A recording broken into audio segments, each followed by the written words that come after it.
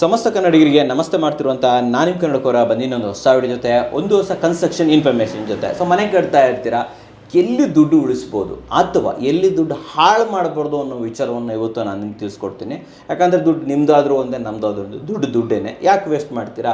ಒಂದು ಕನ್ಸ್ಟ್ರಕ್ಷನ್ ಅಂತ ಬಂದಾಗ 1 ಲಕ್ಷ 2 ಲಕ್ಷ ಉಳಿಯುತ್ತೆ ಅಂತಂದರೆ ಡೆಫಿನೆಟ್ಲಿ ನೀವು ಅದನ್ನು ಇಂಟೀರಿಯರ್ಗೆ ಹಾಕೊಬೋದು. ಅದಕ್ಕೋಸ್ಕರ ಒಂದೊಳ್ಳೆ ಇನ್ಫಾರ್ಮೇಷನನ್ನು ಕೊಡೋದಕ್ಕೆ ನಮ್ಮ ಜೊತೆ brick and ply construction by ಕನ್ನಡಕವರ ನಮ್ಮ ಕಡೆಯಿಂದನೇ ನವೀನ್ ಸರ್ ಇದ್ದಾರೆ. ವೆಲ್ಕಮ್ ಮಾಡೋಣ ಸರ್. ನಮಸ್ಕಾರ ಸರ್. ನಮಸ್ತೆ ಸರ್. ಇವಾಗ ಒಂದು ಓವರ್ ಆಲ್ ಕನ್ಸ್ಟ್ರಕ್ಷನ್ ಒಂದು 30-40 2 BHK 3 BHK ಕಟ್ತಾ ಇದ್ದಾರೆ ಅಂತಂದಾಗ ನಾವು ಇವತ್ತು ಹೇಳುವಂಥ ಎಲ್ಲ ಮ್ಯಾಟ್ರಿಗಳನ್ನು ಅಳವಡಿಸ್ಕೊಂಡ್ರೆ ಒಂದೆಷ್ಟು ಲಕ್ಷ ಉಳಿಸ್ಬೋದು ನಿಮ್ಮ ಪ್ರಕಾರ?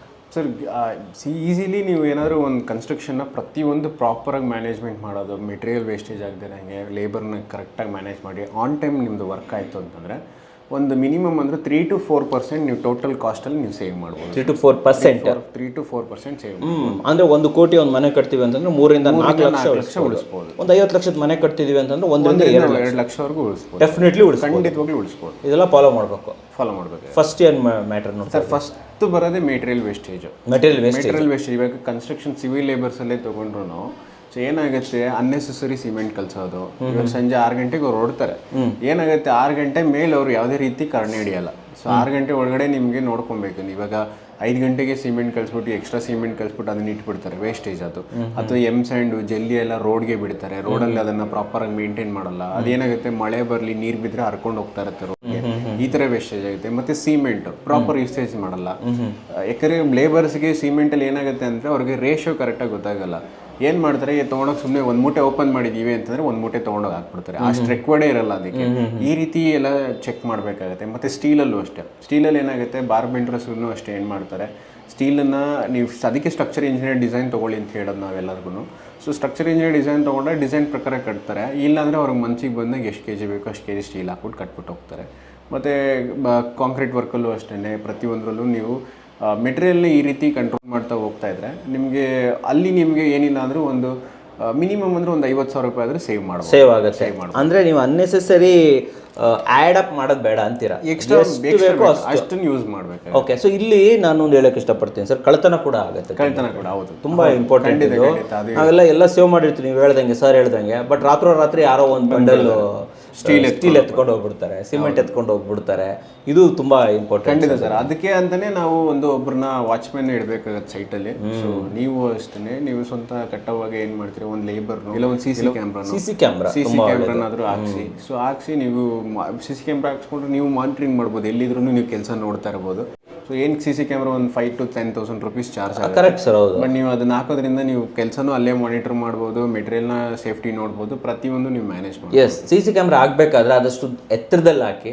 CC ಕ್ಯಾಮ್ರಾನೇ ಕತ್ಕೊಂಡು ಹೋಗೋರು ಇದ್ದಾರೆ ಅದಕ್ಕೋಸ್ಕರ. ಸೊ ಸ್ವಲ್ಪ ಹೈಟಲ್ಲಿ ಹಾಕಿ.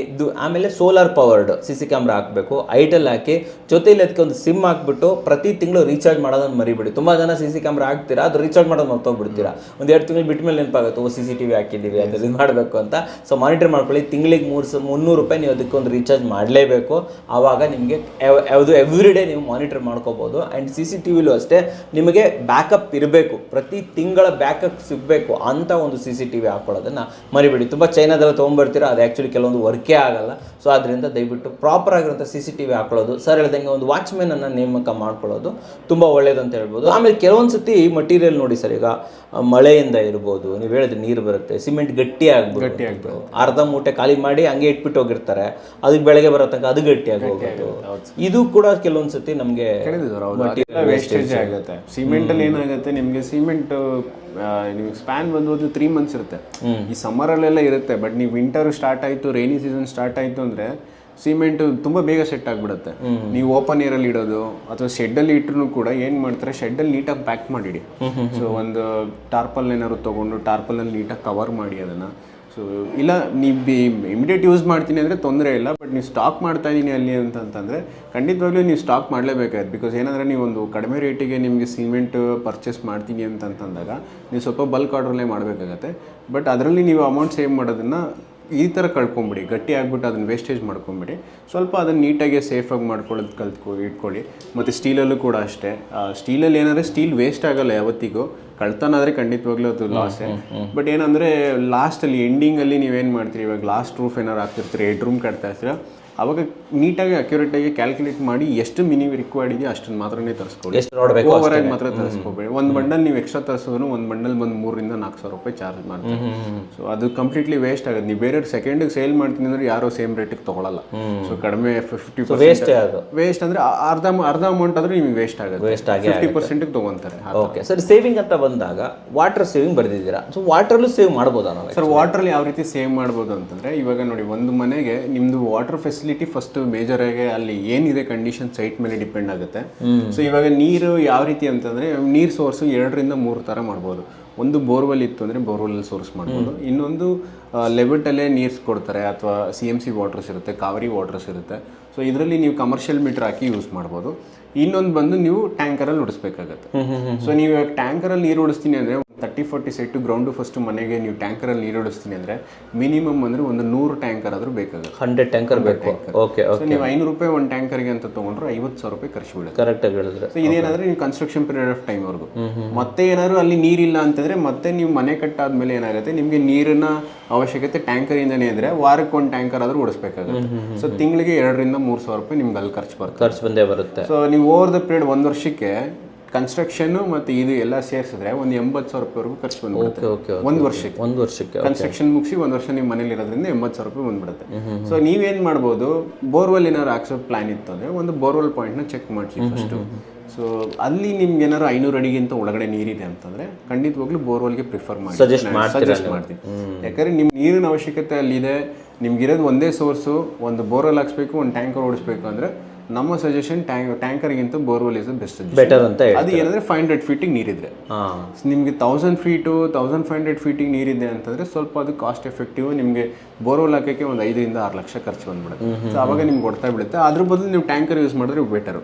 ಏನಾಗುತ್ತೆ, ನೀವು ಇವಾಗ ಒಂದು ಮನೆ ಕಟ್ತಿದ್ದೀರಾ, ಅಲ್ಲಿ ನೀರಿನ ಫೆಸಿಲಿಟಿ ಇಲ್ಲ ಅಂದರೂ ಕೂಡ ಸೊ ಡೌನ್ದಲ್ಲಿ ಏನು ಒಂದು 2 ರಿಂದ 3 ವರ್ಷದಲ್ಲಿ ಕನೆಕ್ಷನ್ಸ್ ಬಂದ್ಬಿಡುತ್ತೆ. ಸೊ ನಿಮ್ಮ ಸಪ್ಲೈ ಬಂದ್ಬಿಡುತ್ತೆ, ವಾಟರ್ ಸಪ್ಲೈ. ಅಲ್ಲಿ ತನಕ ಸಸ್ಟೈನ್ ಮಾಡಬೇಕು ಅಂದರೆ ನೀವು ಟ್ಯಾಂಕರಲ್ಲಿ ಸಸ್ಟೈನ್ ಮಾಡಿದ್ರೆ 1 ರಿಂದ 1.5 ಲಕ್ಷ ಖರ್ಚಾಗುತ್ತೆ. ನೀವು 6 ಲಕ್ಷ ಇನ್ವೆಸ್ಟ್ ಮಾಡೋದಕ್ಕಿಂತ 1 ರಿಂದ 1.5 ಲಕ್ಷ ನೀವು ಖರ್ಚು ಮಾಡೋದು ಉತ್ತಮ ಅಂತ ಹೇಳ್ತೀರಾ. ಇದು ಡಿಪೆಂಡ್ಸ್ ಆಗುತ್ತೆ. ಸೊ ನೀರು ಬೇಗ ಬರೋದಿದ್ರೂ ಬೇಡ, ಬಟ್ ಆದರೆ ನೀರು ತುಂಬ ಆಳ ಹೋಗೋದಿದ್ರೆ ಬೋರ್ ಬೇಡ. ಬೇಗ ನೀರು ಸಿಗುತ್ತೆ, ಮೇಲೇನೆ ನೀರು ಸಿಗುತ್ತೆ, ಕಮ್ಮಿ ರೇಟಲ್ಲಿ ನಿಮ್ಗೆ ಬೋರ್ ರೆಡಿ ಆಗುತ್ತೆ ಅಂದರೆ ಬೋರೇ ಬೆಟರ್. ಒಂದು 2 ಲಕ್ಷ ರೂಪಾಯಿ ನಿಮಗೆ ಬೋರ್ ಬರ್ತಾ ಇದೆ ಅಂದರೆ ಹೋಗಿ ಓಕೆ ಅಂತ ಹೇಳ್ತೀರಾ. ಯಾಕಂದ್ರೆ ಬೋರ್ ಅಂದ್ರೂ ನಿಮಗೆ ತುಂಬ ಖರ್ಚು ಇದ್ದೇ ಇರುತ್ತೆ. ನಾಳೆ ದಿನ ಬೋರ್ ಮೋಟ್ರ್ ಹಾಕಬೇಕು, ಸ್ಟಾರ್ಟರ್ ಹಾಕಬೇಕು. ಸೊ ಮೋಟ್ರು ಹಾಳಾಗ್ತಾ ಇರುತ್ತೆ, ಸ್ಟಾರ್ಟರ್ ಹಾಳಾಗ್ತಾ ಇರುತ್ತೆ, ವೈರಿಂಗ್ ಹಾಳಾಗ್ತಾ ಇರುತ್ತೆ, ಅದನ್ನು ತೆಗಿಸ್ಬೇಕು, ಆಗಬೇಕು, ಅದು ಕೆಲಸ ಇದೆ. ಸೊ ಅದಕ್ಕೋಸ್ಕರ ನೀವು ಯೋಚನೆ ಮಾಡಿ, ಕಮ್ಮಿ ರೇಟಲ್ಲಿ ಬೋರ್ ಆಗುತ್ತೆ ಅಂದರೆ ಬೋರ್ ಹಾಕಿಸಿ. ಇಲ್ಲ ಬೋರ್ ರೇಟ್ ಜಾಸ್ತಿ ಆಗ್ತದೆ ಅಂದರೆ ಹಾಕಕ್ಕೆ ಹೋಗ್ಬೇಡಿ. ಯಾಕಂದ್ರೆ ಅದು ನಾಳೆ ದಿನ ಮೇಂಟೆನೆನ್ಸ್ ಇದ್ದೇ ಇರುತ್ತೆ. ಮತ್ತು ಇನ್ನೊಂದು ಏನಂದ್ರೆ ತುಂಬ ಡೆಪ್ತ್ ಜಾಸ್ತಿ ಆದಷ್ಟು ನಿಮ್ಗೆ ಏನಾಗುತ್ತೆ, ವಾಟರ್ ಸ್ಕೇರ್ಸಿಟಿ ಅನ್ನೋದು ಇದ್ದೇ ಇರುತ್ತೆ. ಏನಾಗುತ್ತೆ, ಈ ಸಮ್ಮರ್ ಆಗಲಿ ಈ ಥರದ್ದಲ್ಲಾಗಲಿ ನೀರು ಸಿಗೋದಿಲ್ಲ. ಅದೊಂದು ತೊಂದರೆ ಇದೆ, ಪ್ರಾಬ್ಲಮ್ ಇರುತ್ತೆ. ಸೊ ತುಂಬ ಆಳ ಇತ್ತು ಅಂದರೆ ನನ್ನ ಸಜೆಷನ್ ಹೋಗಕ್ಕೆ ಹೋಗ್ಬಿಡಿ. 1000 ಅಡಿಗಿಂತ ಜಾಸ್ತಿ ಡೆಪ್ತ್ ಇಂದನೇ ಹೋಗಕ್ಕೆ ಬೇಡ ಅಂತ ಹೇಳ್ತೀರಾ. ಸರ್ ನೆಕ್ಸ್ಟ್ ಬರೋದು ಲೇಬರ್ ಮ್ಯಾನೇಜ್ಮೆಂಟ್. ನೋಡಿ, ಕನ್ಸ್ಟ್ರಕ್ಷನ್ ಅಂದಾಗ ಲೇಬರ್ ತುಂಬ ಇಂಪಾರ್ಟೆಂಟ್. ಇದರಲ್ಲೂ ನಾವೇನಾದ್ರು ಸೇವಿಂಗ್ ಮಾಡ್ಬೋದಾ? ಸರ್ ಇದರಲ್ಲಿ ಸೇವಿಂಗ್ ಅನ್ನೋದಕ್ಕಿಂತ ಲಾಸ್ ಹೆಂಗ್ ಮಾಡ್ಕೊಂತಾರೆ ಲೇಬರಲ್ಲಿ ಅಂತ ನಾನು ಹೇಳ್ತೀನಿ. ಹೇಳಿ. ಲೇಬರಲ್ಲಿ ಏನಾಗುತ್ತೆ ಅಂದರೆ, ಇವಾಗ ನೀವು ಮನೆ ಕಟ್ಟೋರಲ್ಲಿ 100% ಯಾರು ಓನ್ ಕ್ಯಾಶ್ ಇಟ್ಕೊಂಡು ಕಟ್ಟಲ್ಲ. ಸೊ ಒಂದು ಲೋನ್ಗೆ ಹೋಗಿರ್ತಾರೆ, ಇಲ್ಲ ಇನ್ನೊಂದೇನೋ ಒಂದು ಆಗಿರುತ್ತೆ, ಬಡ್ಡಿಗೆ ಏನಕ್ಕೋ ಒಂದು ಮಾಡಿ ಕಟ್ತಾ ಇರ್ತಾರೆ. ಯಾಕಂದ್ರೆ ಇದು ಯೂಸ್ ಇನ್ವೆಸ್ಟ್ಮೆಂಟ್. ಸೊ ಈ ರೀತಿ ಇದ್ದಾಗ ಏನಾಗುತ್ತೆ, ಲೇಬರಲ್ಲಿ ನಿಮ್ಗೆ ಯಾವಾಗಾದ್ರೂ ಲೇಬರ್ನ ನೀವು ಅನ್ಕೊಂಡಿರೋ ಟೈಮಲ್ಲಿ ಅವ್ರು ಕೆಲಸ ಮಾಡಿಲ್ಲ, ನಿಮ್ಮ ಶೆಡ್ಯೂಲ್ ಆಫ್ ಟೈಮಲ್ಲಿ ನೀವು ವರ್ಕ್ ಮಾಡಿಲ್ಲ, ನೀವಾಗ ಒಂದು 10 ತಿಂಗಳು ಅನ್ಕೊಂಡಿರ್ತೀರ ಮನೆ ಮುಗಿಸೋದಕ್ಕೆ. ಈ ಲೇಬರ್ಗಳು ಏನಾದ್ರು ಕೈ ಕೊಟ್ಟರು ಅಂದ್ರೆ ಅದು 1 ವರ್ಷನಾದ್ರೂ ಆಗ್ಬೋದು, 1.5 ವರ್ಷ ಬೇಕಾದ್ರೂ ಆಗ್ಬೋದು. ಕರೆಕ್ಟ್. ಸೊ ನೀವು ಲೇಬರ್ ಕಾಂಟ್ರಾಕ್ಟ್ ಕೊಡುವಾಗ ಇದನ್ನೆಲ್ಲ ನೀವು ರಿಸ್ಕ್ ನ ಬೇರ್ ಮಾಡ್ಬೇಕಾಗತ್ತೆ. ಏನಾಗುತ್ತೆ, ನೀವು ಲೇಬರ್ ಕಾಂಟ್ರಾಕ್ಟ್ ಕೊಟ್ಟಾಗ ನೀವು ಕೇಳೋ ತರ ಇರಲ್ಲ, ರೈಟ್ಸ್ ಇರಲ್ಲ ನಿಮ್ಗೆ. ಲೇಬರ್ ಏನಂದ್ರೆ ನೀವು ಕೂಲಿ ಕೊಡ್ತಾರೆ, ನಾವು ಕೆಲಸ ಮಾಡ್ತೀನಿ, ನಾಳೆ ಇವತ್ತು ಮಾಡೋದು ನಾಳೆ ಬಂದ್ ಮಾಡ್ತೀನಿ. ಅಂಡ್ ಇನ್ನೊಂದೇನಾದ್ರೆ ಅರ್ಧ ಕೆಲಸ ಮಾಡಿನಾರು ಬಿಟ್ಟು ನೀವು ಲೇಬರ್ನ ಕಳಿಸ್ಬಿಟ್ರಿ ಅಂದ್ರೆ ಮತ್ತೆ ಇನ್ನೊಬ್ಬ ಲೇಬರ್ ತಂದ್ರೆ ಡೆಫಿನೆಟ್ಲಿ ಒಂದು ಸೇಮ್ ರೇಟಿಗೆ ಒಪ್ಕೊಳ್ಳೋದು, ಜಾಸ್ತಿ ರೇಟಿಗೆ. ಸೊ ಇದೆಲ್ಲ ಲೇಬರ್ ತುಂಬಾ labour management is the major thing in construction. So ಇದನ್ನ ಕನ್ಸ್ಟ್ರಕ್ಷನ್ ಅದು ತುಂಬಾ ಸ್ಕಿಲ್ಸ್ ಬೇಕಾಗುತ್ತೆ ಮ್ಯಾನೇಜ್ ಮಾಡೋದಕ್ಕೆ, ಎಲ್ರಿಗೂ ಬರೋದಿಲ್ಲ ಅದೊಂದು. ಬಟ್ ನೀವು ಲೇಬರ್ ಏನಾದ್ರು ಕಾಂಟ್ರಾಕ್ಟ್ ಕೊಡ್ತೀರಂದ್ರೆ ಈ ವಿಷಯಗಳ ಬಗ್ಗೆ ತುಂಬಾ ಹುಷಾರಾಗಿರಿ ಇರಬೇಕು. ಸೊ ನಿಮ್ಗೆ ಡಿಲೇ ಆಗ್ತಾ ಹೋಗಿತ್ತು ಅಂದ್ರೆ 1 ತಿಂಗಳು ಡಿಲೇ ಆಯ್ತು ಅಂದ್ರೆ 1 ತಿಂಗಳು EMI ಕಟ್ಟಬೇಕಾಗತ್ತೆ ನೀವು. ಸೊ ಒಂದು 6 ತಿಂಗಳು ಡಿಲೇ ಆದ್ರೆ 6 ತಿಂಗಳು EMI ನೀವು ಕೈಯಿಂದ ಕಟ್ಟಬೇಕು. ಕರೆಕ್ಟ್. ಸೊ ಇಲ್ಲಿ ನಿಮ್ಗೆ ಮೇಜರ್ ಆಗಿ ಲಾಸ್ ಆಗ್ಬಿಡುತ್ತೆ. ಓಕೆ. ಸೊ ಹೀಗಾಗಿ ನೀವು ಲೇಬರ್ನ ಕೊಡೋವಾಗಲಿ ಒಳ್ಳೆ ಲೇಬರ್ ಕೊಡಿ, ಕೆಲಸ ಮಾಡೋರು ಕೊಡಿ. ನೀವೇನೇ ಮಾಡಿದ್ರು ಲೇಬರ್ದು ಏನು ಮಾಡೋಕ್ಕಾಗಲ್ಲ. ಅವ್ರಿಗೆ ನಿಮ್ಮ ಕೆಲಸ ಮಾಡ್ತಿದ್ದಂಗೆನೆ ಇನ್ನೊಂದು ಕೆಲಸ ಸಿಕ್ತು ಅಂದರೆ ಖಂಡಿತವಾಗ್ಲೂ ಅವ್ರು ಅವಾಗೆ ಹೋಗ್ತಾರೆ. ಇಲ್ಲೂ ಮಾಡ್ತಾರೆ ಅಲ್ಲೂ ಮಾಡ್ತಾರೆ, ಬಟ್ ಏನಂದ್ರೆ ನಿಮ್ಮ ಟೈಮಿಗೆ ಮಾಡಲ್ಲ, ಅವ್ರ ಟೈಮಿಗೆ ಮಾಡ್ತಾರೆ. ಸೊ ಆ ರೀತಿ ಇರುತ್ತೆ. ಕರೆಕ್ಟ್. ಇಲ್ಲಿ ಸ್ಕಿಲ್ಡ್ ಲೇಬರ್ ಅನ್ಸ್ಕಿಲ್ಡ್ ಲೇಬರ್ ಅಂತ ಇರ್ತಾರೆ. ಸೊ ಅವ್ರನ್ನ ನಾವು ಹೆಂಗೆ ಇದು ಮಾಡ್ತೀವಿ ಸರ್? ನಿಮಗೆ ಇವತ್ತಿನ ದಿನಕ್ಕೆ 80% ಆಫ್ ದ ಲೇಬರ್ ಎಲ್ಲರೂ ಅನ್ಸ್ಕಿಲ್ಡ್ ಲೇಬರ್ಸ್ ಇರೋದು. ಎಲ್ಲೋ ಒಂದು 20% of the labour skilled labours ಇದ್ದಾರೆ. ಏನಂದ್ರೆ ಈ ಅನ್ಸ್ಕಿಲ್ಡ್ ಲೇಬರ್ಸ್ ಹತ್ರ ಕೆಲಸ ಮಾಡಿಸೋದಕ್ಕೆ ಏನಂತಂದ್ರೆ ಒಬ್ಬ ಸೂಪರ್ವೈಸರ್ ಇರಲೇಬೇಕಾಗುತ್ತೆ. ಸೂಪರ್ವೈಸರ್ ಇರೋದು ಒಳ್ಳೆಯದು. ನಮ್ದು ಕನ್ಸ್ಟ್ರಕ್ಷನ್ ಅಂದ್ರೆ ಸೈಟ್ ಇಂಜಿನಿಯರ್ಸ್ ಇರ್ತಾರೆ, ಪ್ರಾಜೆಕ್ಟ್ ಮ್ಯಾನೇಜರ್ಸ್ ಇರ್ತಾರೆ. ಸೊ ಇವರು ಅವ್ರನ್ನ ಆಪರೇಟ್ ಮಾಡ್ತಾ ಇರ್ತಾರೆ. ಎಲ್ಲರೂ ಮಿಸ್ಟೇಕ್ ಆಗ್ತಿದ್ರು ಅವ್ರನ್ನ ಅದು ಕಂಡಿಡಿದು ಅವ್ರಿಗೆ ಅದನ್ನ ಹೇಳಿ ರೆಡಿ ಮಾಡಿಸ್ತಾರೆ. ಸೊ ಸ್ಕಿಲ್ ಅಲ್ಲಿ ನಮಗೆ ವರ್ಕ್ ಆಗುತ್ತೆ. ಯಾರಿಗೆ ಅಂದರೆ site engineer, project manager unskilled labours ಜೊತೆ ಸ್ಕಿಲ್ಡ್ ವರ್ಕ್ನ ನಾವು ತೆಗಿಸ್ಬೇಕು. ಸೊ ನಿಮಗೆ ಕೆಲಸದ ಬಗ್ಗೆ ಗೊತ್ತಿದೆ ಅಂತಂದರೆ ಸ್ವಲ್ಪ ನೀವು ಅನ್ಸ್ಕಿಲ್ಡ್ ಲೇಬರ್ನ ಇಟ್ಕೊಂಡು ಕೆಲಸ ಮಾಡಿಸ್ಬೋದು. ಇಲ್ಲ ನಿಮಗೂ ವರ್ಕ್ ಗೊತ್ತಿಲ್ಲ, ಯಾವ ರೀತಿ ನಮ್ಗೆ ಗೊತ್ತಿಲ್ಲ, ಜಸ್ಟ್ ನಮ್ಗೊಂದು ಲೇಬರ್ ಕಾಂಟ್ರಾಕ್ಟ್ ಕೊಟ್ಟಿದ್ದೀನಿ, ಸೊ ಅದು ಹೆಂಗೆ ವರ್ಕ್ ಮಾಡಬೇಕು ಅಂತ ನಿಮಗೆ ಗೊತ್ತಿಲ್ಲ ಅಂತಂದರೆ ದಯವಿಟ್ಟು ಸ್ಕಿಲ್ಡ್ ಲೇಬರ್ಸ್ಗೆ ಹೋಗಿ ಒಂದು 2,000-3,000 ಎಕ್ಸ್ಟ್ರಾ ಕೊಟ್ಟರು ಪರವಾಗಿಲ್ಲ, ಸ್ಕಿಲ್ ಲೇಬರ್ಸ್ನ ತೊಗೊಂಬಂದು ಕೆಲಸಕ್ಕೆ. ಬಟ್ ಮಾನಿಟರಿಂಗ್ ಇದ್ರೆ ಬೇಗ ಚೆನ್ನಾಗಿ ವರ್ಕ್ ಆಗುತ್ತೆ. Monitoring day to day monitoring ಇರಲೇಬೇಕು. ನಿಮ್ಗೆ ಲೇಬರ್ ಕಾಂಟ್ರಾಕ್ಟ್ ಕೊಡ್ತಾ ಇದ್ದೀರಾ ಅಂದರೆ ನೀವು ಡೇ ಟು ಡೇ ಮಾನಿಟರಿಂಗ್ ಮಾಡಿಲ್ಲ ಅಂದರೆ ನಿಮ್ಮ ಬಿಲ್ಡಿಂಗ್ ನೀವು ಹೇಳಿದ ಟೈಮ್ಗೆ ಮುಗಿಯಲ್ಲ. ಸೂಪರ್. ಎಲ್ಲರಿಗೂ ನಮಸ್ಕಾರ. ನಾನು ನಿಮ್ಮ ಕನ್ನಡಕವರ. ಕನಸಿನ ಮನೆ ಅಂತ ಒಂದು ಕಾನ್ಸೆಪ್ಟನ್ನು ಹುಟ್ಟಾಕಿದ್ದೆ ಕೆಲವು ವರ್ಷಗಳ ಮುಂಚೆ. ಸೊ ಇವಾಗ ಅದನ್ನು ಕ್ಯಾನ್ಸಲ್ ಮಾಡಿಬಿಡೋಣ, ಬ್ರೇಕ್ ಮಾಡಿಬಿಡೋಣ ಅಂತ ಹೇಳ್ತೀನಿ. ಯಾಕಂತಂದರೆ ಕನಸಿನ ಮನೆ ಇವತ್ತು ಆಗ್ತಾ ಇದೆ ನನಸಿನ ಮನೆ. ಹೌದು ವೀಕ್ಷಕರೇ, ಇವತ್ತಿಂದ ಹೇಳ್ತಾ ಇದ್ರಿ ನಿಮ್ಮೆಲ್ಲರದ್ದು ಕೂಡ ಕನಸಿನ ಮನೆ ಅಲ್ಲ, ನನಸಿನ ಮನೆ. ಯಾಕಂತಂದರೆ ಈ ನಿಮ್ಮ ಕನ್ನಡಕವರ ಇಷ್ಟಿನ ವಿಡಿಯೋ ಮಾಡ್ತಿದ್ದನು ಇವತ್ತು ತಮ್ಮ ಗೃಹ ನಿರ್ಮಾಣಕ್ಕೆ ಇಳಿದಿದ್ದೀವಿ ಅಂತ ಹೇಳ್ಬೋದು. ಬ್ರಿಕ್ ಆ್ಯಂಡ್ ಪ್ಲೈ ಕನ್ಸ್ಟ್ರಕ್ಷನ್ ಜೊತೆ ಕೈ ಜೋಡಿಸಿದ್ದೀನಿ, ಬೈ ಕನ್ನಡಕವರ ಅಂತಲೂ ಕೂಡ ಹೇಳ್ಬೋದು. ಹಾಗಾದರೆ ನಮ್ಮ ಹತ್ರ ಕನ್ಸ್ಟ್ರಕ್ಷನ್ ತಗೊಳ್ಳೋದ್ರಿಂದ ಏನೇನು ಸಿಗ್ತಾ ಇದೆ ವೀಕ್ಷಕರೇ ನೀವೇ ನೋಡ್ಬೋದು. ಮಾರ್ಕೆಟ್ ರೇಟ್ಗಿಂತ ಕಮ್ಮಿ ಪರ್ ಸ್ಕ್ವೇರ್ ಫೀಟ್ ಅಲ್ಲಿ ಮಾಡ್ತಾ ಇದ್ದೀವಿ, ಸರ್ವಿಸ್ ಕೊಡ್ತಾ ಇದ್ದೀವಿ. ಬ್ರ್ಯಾಂಡೆಡ್ ಹೈ ಕ್ವಾಲಿಟಿ ಮೆಟೀರಿಯಲ್ಗಳನ್ನು ಹಾಗೂ ನೋ ಕ್ವಾಲಿಟಿ ಕಾಂಪ್ರಮೈಸ್ ಅನ್ನು ಮಾಡ್ತಾ ಇದ್ದೀವಿ. ಪ್ರತಿ ಹಂತದಲ್ಲೂ ಕೂಡ ಪ್ರತಿಯೊಂದನ್ನು ಕೂಡ ನೀವು ವೆರಿಫಿಕೇಶನ್ ಮಾಡ್ಕೋಬಹುದು. ಆ್ಯಂಡ್ ಸ್ಲಾಬ್ನಲ್ಲಿ ಪೇಮೆಂಟ್ ಮಾಡುವ ವ್ಯವಸ್ಥೆ, ಪ್ರತಿಯೊಂದು ಸ್ಲಾಬ್ಗೂ ಕೂಡ ನೀವು ಪೇಮೆಂಟ್ ಮಾಡ್ಬೋದು. ಒಂದೇ ಸತಿ ಇಷ್ಟೇ ಪೇಮೆಂಟ್ ಮಾಡಿ ಅನ್ನೋ ಒಂದು ಒತ್ತಡ ನಿಮ್ಮ ಮೇಲೆ ಇರೋದಿಲ್ಲ. ಅಷ್ಟೇ ಅಲ್ಲದೆ ನುರಿತ ಇಂಜಿನಿಯರ್ಗಳಿಂದ ಡಿಸೈನ್ ಹಾಗೂ ಸೈಟ್ ಇನ್ಸ್ಪೆಕ್ಷನ್ಸ್ಗಳು ರೆಗ್ಯುಲರ್ ಆಗಿ ನಡೀತಾ ಇರುತ್ತೆ. ನನ್ನ ಜೊತೆ ನೀವು ರಿಯಲ್ ಟೈಮಲ್ಲಿ ಮಾತಾಡ್ಬೋದು, ನೋಡ್ಕೋಬೋದು, ವೆರಿಫಿಕೇಶನ್ ಮಾಡ್ಬೋದು. ನಿಮ್ಮ ಕನ್ಸ್ಟ್ರಕ್ಷನ್ ಯಾವ ಥರ ನಡೀತಾ ಇದೆ ಅಂತ ನನ್ನ ಜೊತೆ ನೀವು ಕಮ್ಯುನಿಕೇಟ್ ಇಲ್ಲಿ ಮಾಡ್ಬೋದು. ಅಷ್ಟೇ ಅಲ್ಲದೆ ಪ್ರತಿ ಹಂತದಲ್ಲೂ ಕೂಡ ಕ್ವಾಲಿಟಿ ಮತ್ತು QC ಚೆಕ್ ನಡೀತಾ ಇರುತ್ತೆ. ವಿಶೇಷ ಡಿಸೈನ್ ಹಾಗೂ ಟ್ರೆಂಡಿಂಗ್ ಕಾನ್ಸೆಪ್ಟ್ನಲ್ಲಿ ಮನೆ ರೆಡಿ ಆಗುತ್ತೆ. ತುಂಬ ಕಡೆ ಏನಾಗುತ್ತೆ, ರೀಲ್ಸ್ ನೋಡ್ಕೊಂಡು ಹೋಗಿರ್ತಾರ, ಗೂಗಲಲ್ಲಿ ನೋಡ್ಕೊಂಡು ಹೋಗಿರ್ತಾರ. ಈ ರೀತಿ ಮನೆ ಬೇಕು ಅಂದಾಗ ಕನ್ಸ್ಟ್ರಕ್ಷನ್ ಕಂಪನಿಗಳು ನಮ್ಮ ಕೈಲಿ ಮಾಡೋಕ್ಕಾಗಲ್ಲ, ಇದು ನೋಡೋಕೆ ಮಾತ್ರ ಚಂದ ಅಂತ ಹೇಳ್ತಾರೆ. ಬಟ್ ನಾವಾಗಲ್ಲ. ನಮ್ಮ ಇಲ್ಲಿ ಡಿಸೈನ್ ಟೀಮ್ ಅಷ್ಟೊಂದು ನುರಿತರಾಗಿರೋದ್ರಿಂದ ಪ್ರತಿಯೊಂದು ಡಿಸೈನ್ಗಳನ್ನು ಕೂಡ ಎಕ್ಸಿಕ್ಯೂಷನ್ ಇಲ್ಲಿ ನಾವು ಮಾಡ್ಕೊಡ್ತೀವಿ ಅಂತ ಹೇಳ್ಬೋದು. ಸೊ ನೀವು ಯಾವ ರೀತಿ ಮೈಂಡಲ್ಲಿ ಇರುತ್ತೆ ಆ ರೀತಿ ಮನೆ ನಿಮ್ಮ ಕಣ್ಮುಂದೆ ಬರುತ್ತೆ ಅಂತ ಹೇಳ್ಬೋದು. ಆ್ಯಂಡ್ ಇನ್ನೊಂದು ತುಂಬ ಮುಖ್ಯವಾದ ವಿಚಾರ, ಕೇವಲ 10 ತಿಂಗಳಲ್ಲಿ ಮನೆ ಹ್ಯಾಂಡ್ ಓವರ್. ಹೌದು ವೀಕ್ಷಕರೇ, ತುಂಬ ಜನ 1 ವರ್ಷ 1.5 ವರ್ಷ ತಗೊತಾ ಇದ್ದಾರೆ. 10 ತಿಂಗಳಲ್ಲಿ ನಿಮ್ಮ ಮನೆ ರೆಡಿ ಆಗುತ್ತೆ. 11ನೇ ತಿಂಗಳಲ್ಲಿ ನಿಮ್ಮ ಇಂಟೀರಿಯರ್ ರೆಡಿ ಆಗುತ್ತೆ. 1 ವರ್ಷದ ಒಳಗಡೆ ನಿಮ್ಮ ಮನೆಗೆ ನೀವು ಹೋಗ್ತೀರಾ ಅಂತ ಹೇಳ್ಬೋದು. ಸೊ ನಿಮ್ಮ ನನಸಿನ ಮನೆ ನನಸಾಗುತ್ತೆ ಅಂತ ನಾನು ಇವತ್ತು ಹೇಳಕ್ಕೆ ಇಷ್ಟಪಡ್ತೀನಿ. ಅದಕ್ಕೆ ಅದನ್ನು ಕನಸು ಅನ್ನೋದನ್ನು ತೆಗೆದೇ ಬಿಡ್ತಾ ಇದ್ದೀನಿ, ನನಸು ಅಂತ ಹೇಳ್ತಾ ಇದ್ದೀನಿ. ಸೊ ನಿಮ್ಮ ಮನೆ ನನಸಾಗಬೇಕು ಅಂತಂತಂದರೆ ದಯವಿಟ್ಟು ನೀವು brick and ply construction by ಕನ್ನಡಕವರಕ್ಕೆ ಬರ್ಬೋದು. ಬೆಂಗಳೂರಿನ ಬನಶಂಕರಿ 6ನೇ ಸ್ಟೇಜ್ 6 ಸ್ಟೇಜಲ್ಲಿ ನಮ್ಮ ಆಫೀಸ್ ಇದೆ. ಸ್ಕ್ರೀನ್ ಮೇಲೆ ಬರ್ತಾ ನಂಬರ್ ಮೂಲಕ ಕೂಡ ನಮ್ಮನ್ನು ಕಾಂಟ್ಯಾಕ್ಟ್ ಮಾಡಬಹುದು. ನಿಮ್ಮ ನನಸಿನ ಮನೆಯನ್ನು ಡೆಫಿನೆಟ್ಲಿ ನನಸು ಮಾಡ್ಕೋಬೋದು ವೀಕ್ಷಕರೇ. ನಮಸ್ಕಾರ. ಸೂಪರ್. ಸೊ ನೆಕ್ಸ್ಟ್ ಬರೋದು ಅನ್ನೆಸೆಸರಿ ಸೆಲೆಕ್ಷನ್. ನೋಡಿ, ನಾವು ಒಂದು ಶಾಪಿಂಗ್ ಮಾಲ್ಗೆ ಹೋಗ್ತೀವಿ ಫ್ಯಾಮಿಲಿ ಜೊತೆ, ನಾವು ಅಥವಾ ಈ ಇದಕ್ಕೆ ಸೂಪರ್ ಮಾರ್ಕೆಟ್ಗೆ ಹೋಗ್ತೀವಿ. ನಾವು ಹೋಗಿರೋದು ಒಂದು 100 ರೂಪಾಯಿದ ಐಟಮ್ ತೊಗೊಂಬರೋಕ್ಕೆ. ಬಟ್ ಬರೋದ್ರೊಳಗಡೆ ನಾವು 200-300 ರೂಪಾಯಿ ಐಟಮ್ ತೊಗೊಬಂದಿರ್ತೀವಿ, ಏನೇನೋ ತೊಗೊಬಂದ್ಬಿಡ್ತೀವಿ. ಸೇಮ್ ಫಂಡ ಕನ್ಸ್ಟ್ರಕ್ಷನಲ್ಲೂ ಆಗುತ್ತಾ? ಖಂಡಿತವಾಗ್ಲೂ ಆಗುತ್ತೆ ಸರ್. ಕನ್ಸ್ಟ್ರಕ್ಷನ್ನಲ್ಲಿ ಎಷ್ಟು ಮೆಟೀರಿಯಲ್ ಬರುತ್ತೆ ಅಂದರೆ ಸೆಲೆಕ್ಷನ್ಗೆ ಅಷ್ಟು ಮೆಟೀರಿಯಲ್ಸ್ ಬರುತ್ತೆ. ಅದರಲ್ಲಿ ನೀವೇನು ಮಾಡ್ತೀರಾ, ಇವಾಗ ಫಾರ್ ಎಕ್ಸಾಂಪಲ್ ನಾವು ಪ್ರೀವಿಯಸ್ ವೀಡಿಯೋದಲ್ಲೇ ಮಾತಾಡ್ದಂಗೆ ಟಾಟಾ ಸ್ಟೀಲ್ ಅಂತ ಮಾತಾಡಿದ್ವಿ, JSW ಸ್ಟೀಲು ರೇಟ್ ಬಗ್ಗೆ ಮಾತಾಡಿದ್ವಿ. ಸೊ ನೆಸೆಸಿಟಿ ಇದೆಯಾ? ಎಸ್, ನಿಮ್ಗೆ ಬೇಕು ಅಂದರೆ ನೀವು ಮಾಡಿಸ್ಬೋದು. ಬಟ್ ನೀವು ಕಾಸ್ಟ್ ಸೇವ್ ಮಾಡಬೇಕು ಅಂದರೆ ನೆಸೆಸಿಟಿ ಇಲ್ಲ, ಬೇಕಾಗಿಲ್ಲ. ನೀವು ಸೆಕೆಂಡ್ರಿ ಸ್ಟೀಲಲ್ಲೂ ನಿಮ್ಮ ಬಿಲ್ಡಿಂಗ್ ಚೆನ್ನಾಗೇ ಬರುತ್ತೆ. ಯಾಕಂದರೆ ನಿಮ್ದು ಸ್ಟ್ರಕ್ಚರ್ ಇಂಜಿನಿಯರ್ಗೆ ನೀವು ಈ ಈಲ್ಡ್ ಸ್ಟ್ರೆಂತ್ ಇದೆ ಡಿಸೈನ್ ಅಂತ ಕೊಟ್ಟರೆ ಅವ್ರು ಅದ್ರ ಪ್ರಕಾರ ನಿಮಗೆ ಒಂದು ಒಳ್ಳೆ ಸ್ಟ್ರೆಂತ್ ಮಾಡಿ ಬಿಲ್ಡಿಂಗ್ನ ಡಿಸೈನ್ ಮಾಡಿ ಕೊಡ್ತಾರೆ. ಸೊ ನಿಮಗೆ ಬ್ರ್ಯಾಂಡ್ ಮೇಲೆ ನಿಮಗೆ ವರ್ಕ್ ಆಗಲ್ಲ ಕನ್ಸ್ಟ್ರಕ್ಷನಲ್ಲಿ. ಬ್ರ್ಯಾಂಡ್ ಏನಿತ್ತಂದ್ರೆ ನಿಮಗೆ ಅದೊಂದು ಹೆಸರು ಮಾಡಿರುತ್ತೆ, ಒಂದು ಪ್ರೈಸ್ ಒಂದು ಟ್ಯಾಗ್ ಕೊಟ್ಟಿರ್ತಾರೆ ಅದಕ್ಕೆ. ಬಟ್ ನಿಮಗೆ ಕ್ವಾಲಿಟಿ ವರ್ಕ್ ಬೇಕು ಅಂತಂದರೆ ಟೆಕ್ನಿಕಲಿ ಹೋಗಿ. ಟೆಕ್ನಿಕಲಿ ಯಾವ ಥರ ಅಂದರೆ ಸ್ಟ್ರಕ್ಚರ್ ಡೀಟೇಲ್ಸು, ಒಂದು ಒಳ್ಳೆ ವರ್ಕ್ ಸ್ಕಿಲ್ಡ್ ಲೇಬರ್ಸು, ಈ ರೀತಿ ನೀವು ಯೂಸ್ ಮಾಡೋದ್ರಿಂದ ನಿಮಗೆ ಒಳ್ಳೆ ಕನ್ಸ್ಟ್ರಕ್ಷನ್ನೇ ಬರುತ್ತೆ. ಕರೆಕ್ಟ್. ಸೊ ಹಾಗಾಗಿ ಸೆಲೆಕ್ಷನ್ ಟೈಮಲ್ಲಿ ಇದೊಂದು ಎಕ್ಸಾಂಪಲ್ ಸ್ಟೀಲ್ದು. ಅದೇ ರೀತಿ ಸಿಮೆಂಟ್ ಆಗಲಿ, ಸಿಮೆಂಟಲ್ಲೂ ಅಷ್ಟೇ ನೀವು ಅನ್ನೆಸೆಸರಿ ಬಿರ್ಲಾ ಸೂಪರ್ ಹಾಕ್ತೀನಿ ನಾನು ಕಾಂಕ್ರೀಟ್ಗೆ 53 ಗ್ರೇಡ್ ಎಲ್ಲನೂ ಇದೆ, ನಿಮ್ಗೆ ಬೇರೆ ಬೇರೆ ಬ್ರ್ಯಾಂಡ್ ಇದೆ, ಬೇರೆ ರೇಟ್ಸ್ಗಿದೆ. ಹಂಗಂತ ತೀರಾ ಕಡಿಮೆ ರೇಟ್ಗೆ ಹೋಗ್ಬಿಡಿ, ತೀರಾ ಜಾಸ್ತಿ ಪ್ರೈಸ್ಗೆ ಹೋಗ್ಬಿಡಿ. ಒಂದು ಒಳ್ಳೆ ಉತ್ತಮವಾದಂಥ ಒಂದು ಬ್ರ್ಯಾಂಡ್ ಏನಿರುತ್ತೆ ಅದರಲ್ಲಿ ನೋನ್ ಬ್ರ್ಯಾಂಡ್ಗೆ ಹೋಗಿ ಒಂದು ಒಳ್ಳೆ ರೇಟಿಗೆ ಸೆಲೆಕ್ಷನ್ ಮಾಡಿ. ಸೊ ಈ ರೀತಿ ಬೇರೆ ಬೇರೆ ಮೆಟೀರಿಯಲ್ ಬ್ಲಾಕ್ಸ್ ಅಂತ ಬಂತು ಅಂತಂದರೆ ನೀವು ಹೈಡ್ರೋಲಿಕ್ ಬ್ಲಾಕ್ಸ್ ಯೂಸ್ ಮಾಡೋ ಬದಲು ಮ್ಯಾನ್ಯಲ್ ಬ್ಲಾಕ್ಸ್ ಯೂಸ್ ಮಾಡಿ. ಹೈಡ್ರೋಲಿಕ್ ಬದಲು ಮ್ಯಾನ್ಯಲ್ ಬ್ಲಾಕ್ಸ್ ಯೂಸ್ ಮಾಡೋದ್ರಿಂದ ನಿಮ್ಗೆ ರೇಟು 10 ರೂಪಾಯಿ ಒಂದು ಬ್ಲಾಕ್ ಕಡಿಮೆ ಆಗುತ್ತೆ, ಮತ್ತು ಕ್ವಾಲಿಟಿನೂ ಸೇಮೇ ಇರುತ್ತೆ. ಸೊ ಮ್ಯಾನ್ಯಲ್ ಬ್ಲಾಕ್ ಯೂಸ್ ಮಾಡೋದ್ರಿಂದ ಓವರಾಲ್ ಆಗಿ ನಮ್ಗೆ ಬಜೆಟಲ್ಲಿ ಎಷ್ಟು ರೂಪಾಯಿ ಸೇವ್ ಆಗ್ಬೋದು ಸರ್? ನಿಮ್ಗೆ ಒಂದು ಫ್ಲೋರ್ ಕಟ್ತೀನಿ ಅಂದರೆ ಮ್ಯಾನ್ಯಲ್ ಬ್ಲಾಕಲ್ಲಿ ಒಂದು 30,000 to 40,000 ರೂಪಾಯಿ ಸೇವ್ ಮಾಡ್ಬೋದು. 40,000 ಸೇವ್ ಆಗುತ್ತಾ? ಹಾಗಾದ್ರೆ 2 ಫ್ಲೋರ್ ಅಂದರೆ ನಮ್ಗೆ 80,000 1 ಲಕ್ಷ ತನಕ ಹೊರಟೋಗುತ್ತೆ. ಒಂದು ನಿಮ್ಗೊಂದು 30-40 ಸೈಟು, ಸೊ ಒಂದು 3 ಫ್ಲೋರ್ ಕಟ್ತೀನಿ ಅಂತಂದರೆ ಒಂದು 80,000 to 1 ಲಕ್ಷವರೆಗೂ ಸೇವ್ ಮಾಡಿ 1 ಲಕ್ಷ ರೂಪಾಯಿ ತನಕ ಸೇವ್ ಮಾಡ್ಬೋದು ಮ್ಯಾನ್ಯಲ್ ಹೋಗೋದ್ರಿಂದ. ಆ್ಯಂಡ್ ಲಾಸ್ಟ್ ವಿಡಿಯೋದಲ್ಲಿ ಹೇಳಿದೀವಿ ಕೂಡ ಮ್ಯಾನ್ಯಲ್ ಯೂಸ್ ಮಾಡ್ಬೋದು, ಬಟ್ ಒಳ್ಳೆ ಕ್ವಾಲಿಟಿ ಚೆನ್ನಾಗಿರೋದನ್ನ ನೋಡಿ ತಗೊಳ್ಳಿ ಅಂತಲೂ ಕೂಡ ಹೇಳ್ತಾ ಇದ್ದೀವಿ. ಈ ಅನ್ನೆಸೆಸರಿ ಸೆಲೆಕ್ಷನ್ಷನಲ್ಲಿ ಈ ಫ್ಯಾಬ್ರಿಕೇಶನ್ ಆ್ಯಂಡ್ ಟೈಲ್ಸ್ ಕೂಡ ಸರ್ ಅದೇ ಫ್ಯಾಬ್ರಿಕೇಶನಲ್ಲಿ ಹೇಳ್ದಂಗೆ ಡಿಸೈನ್ ಮೇಲೆ ನೀವು ರೇಟ್ ಚೇಂಜ್ ಆಗ್ತಾ ಹೋಗುತ್ತೆ. ನಮ್ಗೆ ಡಿಸೈನ್ ಏನು ಬೇಡ, ನಮ್ಗೊಂದು ಒಳ್ಳೆ ಕ್ವಾಲಿಟಿ ಬೇಕು ಅಂತಂತಂದರೆ ನೀವು ಸಿಂಪಲ್ ಡಿಸೈನ್ ಸೆಲೆಕ್ಟ್ ಮಾಡಿ, ಸಿಂಪಲ್ ಸ್ಟೀಲ್ ಕ್ವಾಂಟಿಟಿ ಏನಂದರೆ ಡಿಸೈನ್ ಮೇಲೆ ಸ್ಟೀಲ್ ಕ್ವಾಂಟಿಟಿ ಚೇಂಜ್ ಆಗುತ್ತೆ. ನೀವು ಕ್ವಾಂಟಿಟಿನ ಏನು ಚೇಂಜ್ ಮಾಡಿದೆ ಒಂದು 140-150 ರೂಪೀಸ್ಗೆ ಒಳ್ಳೆ ವಿಂಡೋ ಗ್ರೇಸ್ನ ಸೆಲೆಕ್ಟ್ ಮಾಡಿಕೊಂಡ್ರೆ ಸೇಫ್ಟಿ ಇರಬೇಕು. ನೀವು 150 ಸೆಲೆಕ್ಟ್ ಮಾಡ್ತೀನಿ ಅಂದ್ಬಿಟ್ಟು 6 ಇಂಚ್ 9 ಇಂಚ್ ಗ್ಯಾಪ್ ಇರೋದನ್ನ ಸೆಲೆಕ್ಟ್ ಮಾಡಬೇಡ. ಸೇಫ್ಟಿ ಇರಬೇಕಂದ್ರೆ ಮಿನಿಮಮ್ ಒಂದು 5 ಇಂಚಸ್ to 6 ಇಂಚಸ್ ಗ್ಯಾಪ್ ಇರೋ ಥರದ್ದು ಅಂದರೆ ಸ್ಪೇಸಿಂಗ್ ಕೊಟ್ಟಿರ್ತಾರೆ. ಸೊ ಆ ಥರದನ್ನ ಸೆಲೆಕ್ಟ್ ಮಾಡ್ಕೊಳ್ಳಿ. ಸೊ ಏನು ತೊಂದರೆ ಇರಲ್ಲ. ನಿಮಗೆ ಒಂದು 140 to 160 ಒಳಗಡೆ ನಿಮಗೆ ರೇಲಿಂಗ್ಸ್ಗಳು ಸಿಕ್ಬಿಡುತ್ತೆ, ವಿಂಡೋ ಗ್ರಿಲ್ ಸಿಕ್ಬಿಡುತ್ತೆ. ಸೊ ಈ ರೇಲಿಂಗ್ಸ್ ಎಲ್ಲ ಹೋಗ್ತೀನಿ ಅಂತಂದರೆ ನಿಮಗೆ SS ರೇಲಿಂಗ್ಸ್ ಎಲ್ಲ ಹಾಕ್ತೀನಿ ಅಂತಂದರೆ ಡೆಫಿನೆಟ್ಲಿ ಕಾಸ್ಟ್ ಎಸ್ಕಲೇಟ್ ಆಗುತ್ತೆ. ಸೊ ನಿಮ್ಗೆ MS ರೇಲಿಂಗೇ ಓಕೆ. ನಿಮ್ಗೆ ಸ್ಟೇರ್ ಕೇಸ್ಗೆಲ್ಲ MS ರೇಲಿಂಗ್ಸ್ ಹಾಕಿ. MS ರೇಲಿಂಗ್ಸಲ್ಲೇ ತುಂಬ ಚೆನ್ನಾಗಿರೋ ಒಳ್ಳೊಳ್ಳೆ ಡಿಸೈನ್ಸ್ ಬಂದಿದೆ. ಸೊ MS ರೇಲಿಂಗ್ಸ್ ಹಾಕ್ಸಿ. ಬೇಕಾದ್ರೆ ನೀವು ಬಾಲ್ಕನಿಗೆಲ್ಲ ಈ ರೇಲಿಂಗ್ಸ್ ಹಾಕ್ಸೋ ಬದಲು ಗೋಡೆಲೆ ವಾಲಲ್ಲೇ ಕಟ್ಬಿಟ್ಟು ಅದಕ್ಕೆ ಡಿಸೈನ್ ಮಾಡ್ಬೋದು.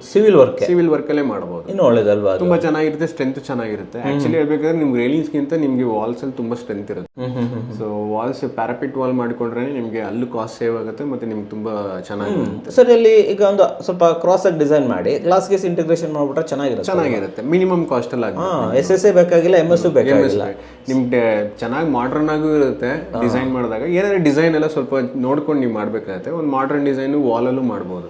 ಸೊ ಸಿವಿಲ್ ವರ್ಕಲ್ಲೇ ನೀವು ಒಳ್ಳೆ ಎಲಿವೇಶನ್ಸ್ನ ತರ್ಬೋದು. ಈ ಸಿವಿಲ್ ವರ್ಕಲ್ಲೇ ಮಾಡ್ಬೋದು ಅಂದ್ರಲ್ಲ, ನೋಡಿ ನಾನು ಕೆಲವೊಬ್ರು ನನಗೆ ವಿಚಾರಿಸಿದ್ರು, ಸರ್ ನಾವು ಸಿವಿಲಲ್ಲೇ ವಾರ್ಡ್ರೋಬ್ ಎಲ್ಲ ಕ್ರಿಯೇಟ್ ಮಾಡಿ ಈ ಕಡಪ ಎಲ್ಲ ಹಾಕಿ, ಕಿಚನ್ ಕೂಡ ಅಷ್ಟೇ, ಎಸ್ಪೆಷಲಿ ರೆಂಟಲ್ ಮಾಡಬೇಕಾದ್ರೆ ಕಿಚನ್ನೆಲ್ಲ ಕಂಪ್ಲೀಟಾಗಿ ಕಟ್ಬಿಟ್ಟು ಜಸ್ಟ್ ಶಟರ್ ಮಾತ್ರ ನಾವು ಅಲ್ಯೂಮಿನಿಯಮ್ ವುಡ್ಡಲ್ಲೋ ಮಾಡಿಬಿಡ್ತೀವಿ ಅಂತ ಅನ್ಸುತ್ತೆ. ಅದರಿಂದ ಕಾಸ್ಟ್ ಸೇವ್ ಆಗುತ್ತೆ. ಕಾಸ್ಟ್ ಸೇವ್ ಆಗುತ್ತೆ, ಇಲ್ಲ ಅಂತಲ್ಲ, ಬಟ್ ನಾವು ಅನ್ಕೊಂಡಷ್ಟು ಸೇವ್ ಆಗಲ್ಲ. ಏನಾಗುತ್ತೆ, ಇನ್ನೊಂದು ಈ ಶೆಲ್ಫ್ಗಳು ಮಾಡೋದ್ರಲ್ಲಿ 2-3 ಥರ ಮಾಡ್ಬೋದು. ಒಂದು ಗೋಡೆ ಕಟ್ಟಿ ಕಡ್ಪಕ್ಕಲ್ಲಿ ಹಾಕೋದು ಮಾಡ್ಬೋದು, ಇನ್ನೊಂದು ಮೆಶ್ ವರ್ಕಲ್ಲಿ ಮಾಡ್ಬೋದು. ಸೊ ಮೆಶ್ ವರ್ಕಲ್ಲಿ ಮಾಡಿದಾಗ ಏನಾಗುತ್ತೆ, ಮತ್ತೆ ಮೆಶ್ಗೂ ಎಕ್ಸ್ಟ್ರಾ ಕಾಸ್ಟ್ ಆಗುತ್ತೆ, ಪ್ಲಾಸ್ಟಿಂಗ್ ಮಾಡಬೇಕಾಗತ್ತೆ, ಅದಕ್ಕೆ ಫಿಲ್ಲಿಂಗ್ ಮಾಡಬೇಕಾಗತ್ತೆ, ಅದು ಎಕ್ಸ್ಟ್ರಾ ಕಾಸ್ಟ್ ಆಗುತ್ತೆ.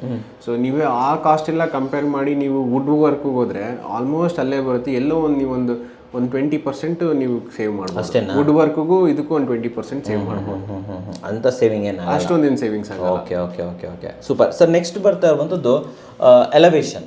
ತುಂಬ ಜನ ಎಲಿವೇಶನ್ ತುಂಬ ಖರ್ಚು ಮಾಡ್ತಾರೆ, ಫೆಂಡರ್ ಮೆಸ್ ಹಾಕ್ತಾರೆ, ವುಡ್ ಫಿನಿಶ್ ಹಾಕ್ತಾರೆ, ಏನೇನೋ ಮಾಡ್ಬಿಡ್ತಾರೆ. ಓಕೆ, ಸೊ ಇಲ್ಲಿ ಕಾಸ್ಟ್ ಸೇವಿಂಗ್ ಮಾಡ್ಬೋದಾ? ಸರ್ ಖಂಡಿತವಾಗ್ಲೂ. ನಿಮ್ಗೆ ಏನಂದರೆ ಈ ಎಕ್ಸ್ಟ್ರಾ ಮೆಟೀರಿಯಲ್ ಹಾಕೋ ಜಾಗಗಳು, ಇವಾಗ ಡಿಸೈನ್ ಅಂತ ಬಂದರೆ ಆರ್ಕಿಟೆಕ್ಟ್ ಒಂದು ಡಿಸೈನ್ ಕೊಡ್ತಾರೆ. ಖಂಡಿತವಾಗ್ಲೂ ಅವರು ಡಿಸೈನ್ ಮೇಲೆ ವರ್ಕ್ ಮಾಡೋರು ಯಾವತ್ತೂ ನಿಮ್ಮ ಬಜೆಟ್ ಮೇಲೆ ವರ್ಕ್ ಮಾಡಲ್ಲ.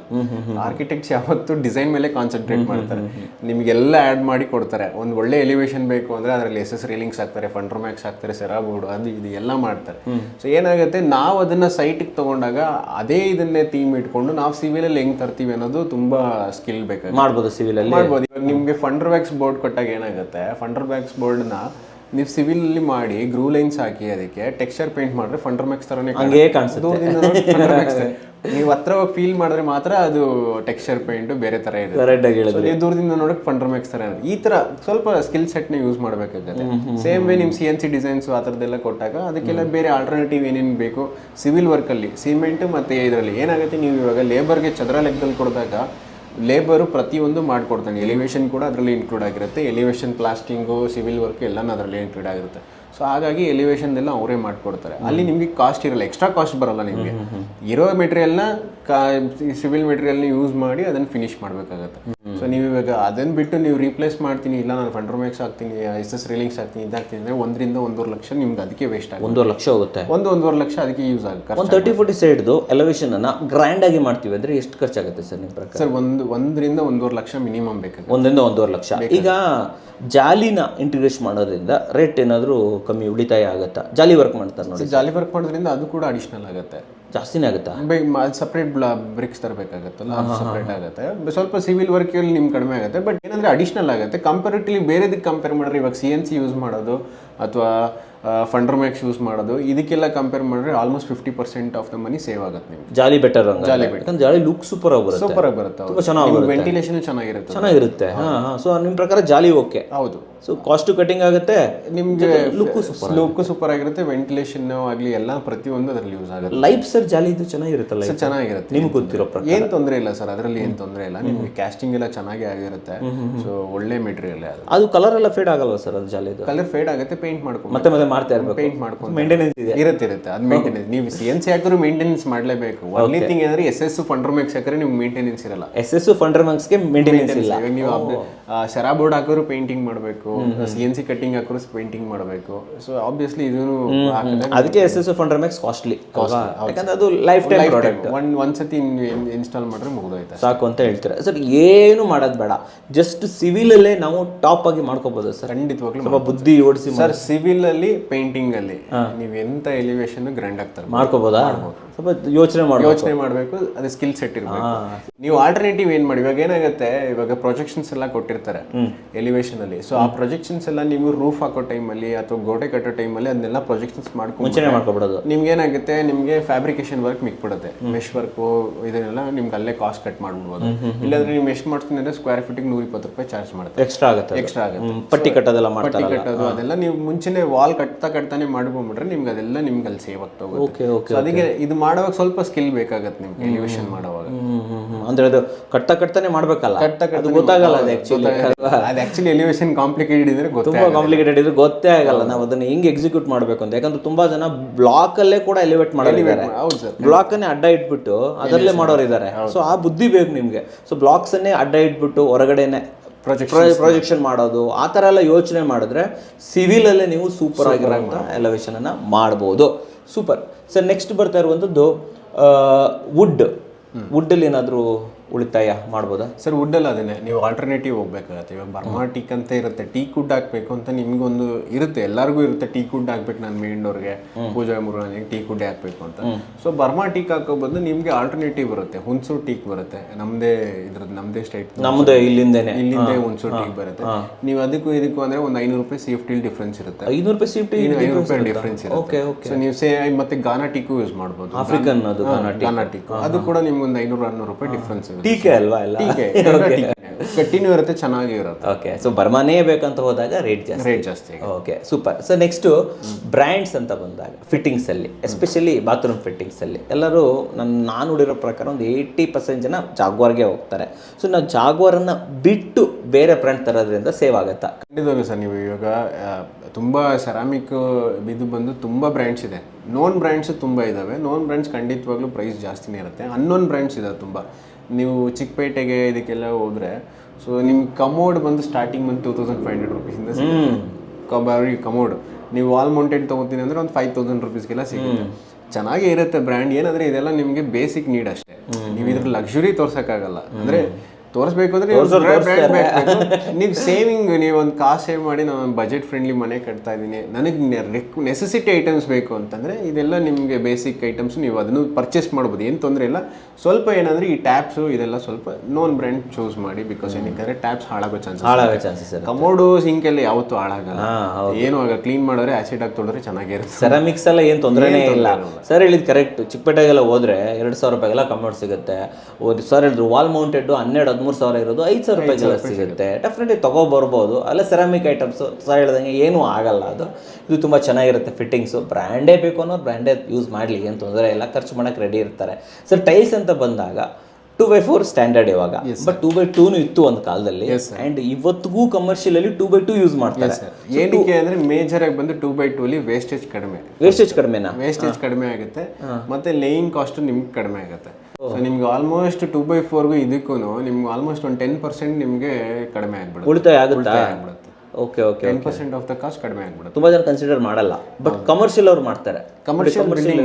ಎಂತೆಂತ ಬಿಲ್ಡಿಂಗ್ ಗಳಿಗೆ 2x2 ಹಾಕ್ತಾರೆ.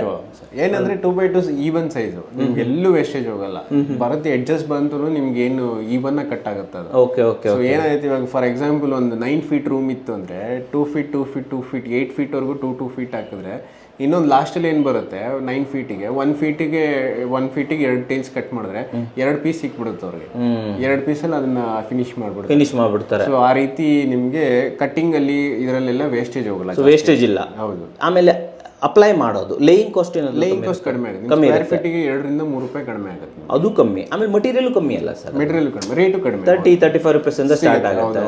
ಒಳ್ಳೇದಂದ್ರೆ 50 ರೂಪಾಯಿ, ಒಳ್ಳೆ ಟೈಲ್ಸ್ 50 ರೂಪೀಸ್. ಅದೇ ನಾವು 2x4 ತಗೊಂತೀವಿ ಅಂದ್ರೆ 80 ರೂಪೀಸ್ ಹೊರಟೋಗ್ಬಿಡುತ್ತೆ. ಸೊ 50 ರೂಪಾಯಿ ಒಳಗಡೆ ಒಳ್ಳೆ ಮೆಟೀರಿಯಲ್ ಸಿಗುತ್ತೆ. ಸೊ ಓವರ್ ಆಲ್ ಆಗಿ ಟೈಲ್ಸ್ ಅಲ್ಲಿ 2x2 ಹಾಕೋದು ರೆಕಮೆಂಡ್ ಮಾಡ್ತೀರಾ?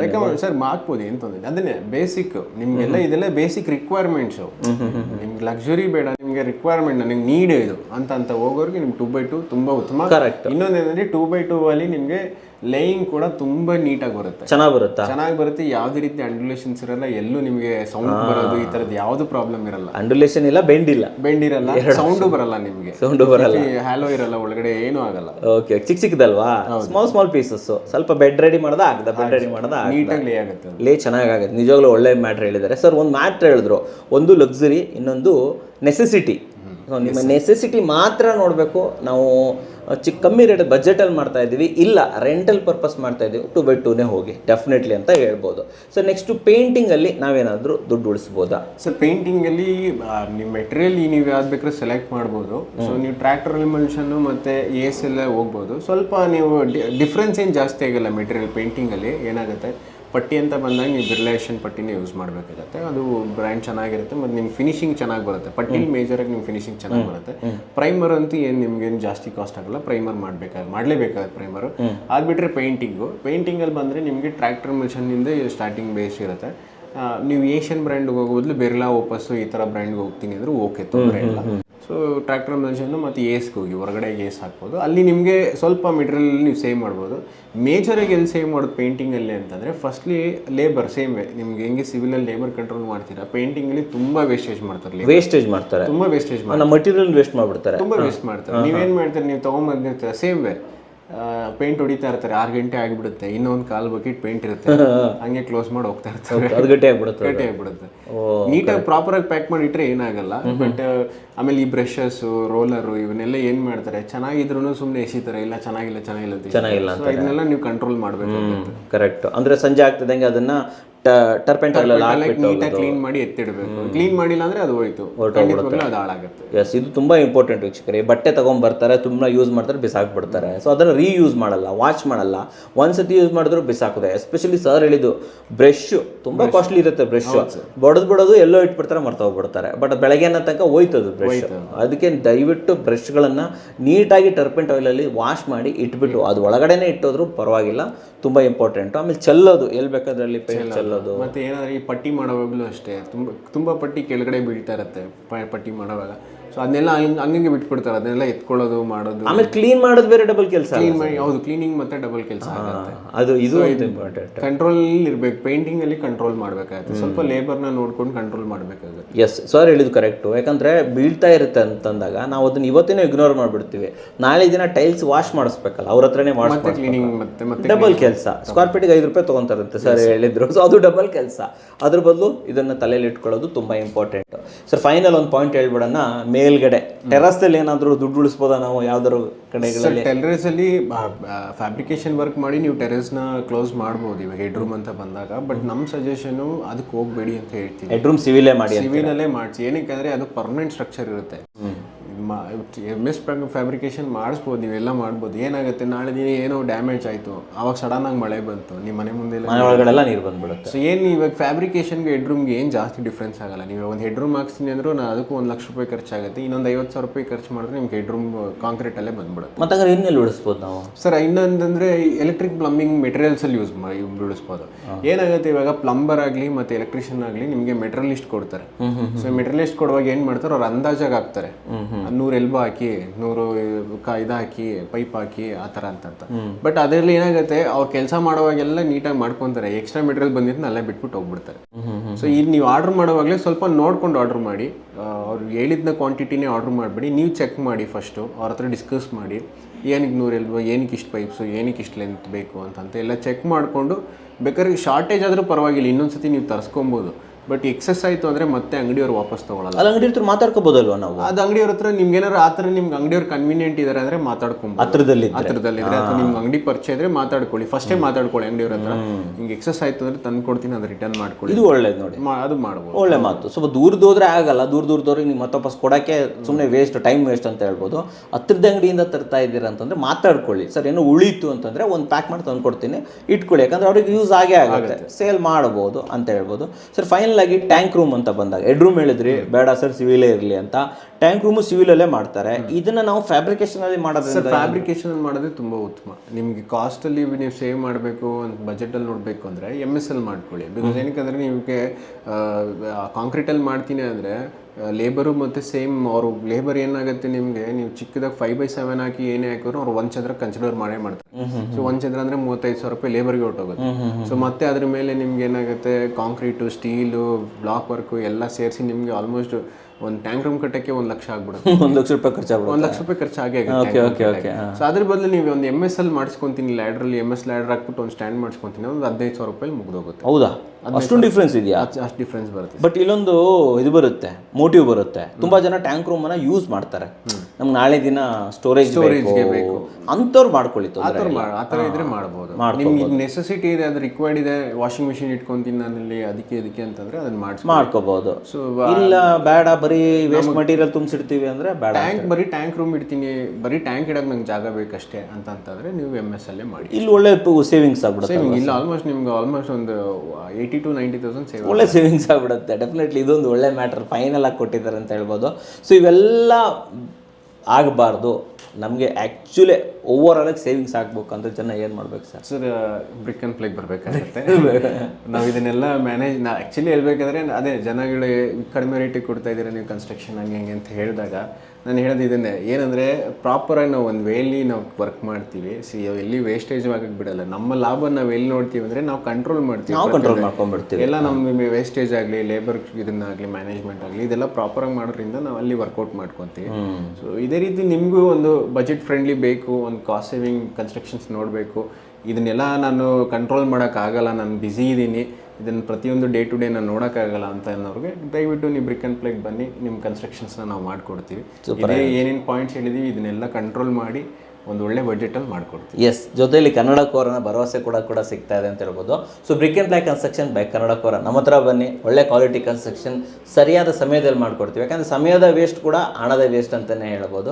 ಸಮಯಕ್ಕೆ ಸರಿಯಾಗಿ ಕನ್ಸ್ಟ್ರಕ್ಷನ್ ಬೇಕು, ಕ್ವಾಲಿಟಿ ಬೇಕು, ಈ ಕನ್ನಡ ಕೋರನ ಭರವಸೆ ಬೇಕು ಅಂತಂದರೆ ಸ್ಕ್ರೀನ್ ಮೇಲೆ ಬಂದಿರೋ ನಂಬರ್ ಮೂಲಕ ನಮ್ಮನ್ನು ಕಾಂಟ್ಯಾಕ್ಟ್ ಮಾಡ್ಬೋದು, ನಿಮ್ಮ ನನಸಿನ ಮನೆಯನ್ನು ನನಸಾಗಿಸ್ಕೋಬೋದು. ಸರ್ ನಮ್ಮ ವೀಕ್ಷಕರಿಗೆ ಒಂದು ಕ್ವಾಲಿಟಿ ಇನ್ಫಾರ್ಮೇಷನನ್ನು ಕೊಟ್ಟಿದ್ದಕ್ಕೆ ಧನ್ಯವಾದಗಳು ಸರ್. ಧನ್ಯವಾದಗಳು ವೀಕ್ಷಕರೇ.